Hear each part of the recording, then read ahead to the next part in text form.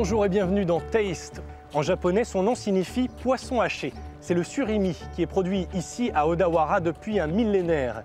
Mais rien à voir avec les bâtonnets industriels vendus en Europe. Ici, sa confection est un savoir-faire ancestral, pratiqué à la main par des maîtres. Odawara est niché entre les montagnes et la grande baie de Sagami au sud de Tokyo. Bonjour Thierry. Cyril. Nous y retrouvons Thierry Voisin, un chef étoilé français installé au Japon. Il veut me faire découvrir la maison de surimi la plus renommée. Et surtout son produit phare, le kamaboko. Qu'est-ce que c'est que le kamaboko? Le kamaboko, au même titre que le judo, c'est un art, c'est d'une noblesse exceptionnelle. C'est une façon de valoriser le poisson. On va aller voir le maître kamaboko, le sensei en japonais. Le sensei. Sensei, konnichiwa. Konnichiwa.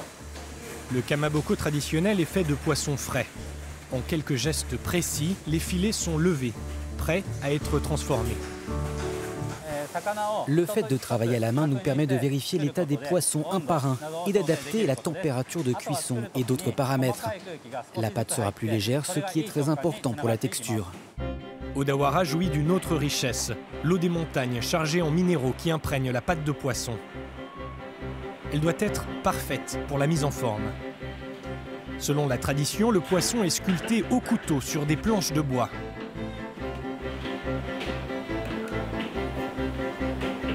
Cuit à la vapeur, puis baigné dans l'eau froide, le kamaboko est prêt.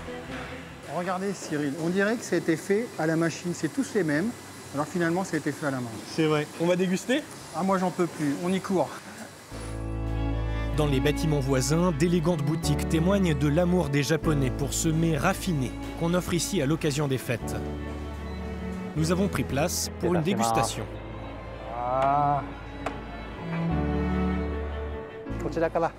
Vous avez un surimi cuit au four, un autre frit, et celui-là a été poché.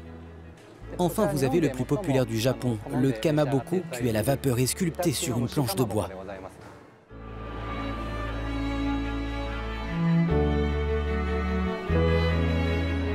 Le goût, il n'est pas du tout dénaturé, c'est vraiment le goût de poisson.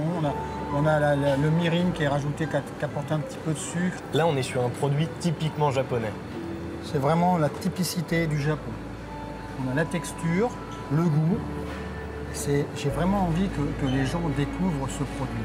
Pour moi, c'est vraiment exceptionnel.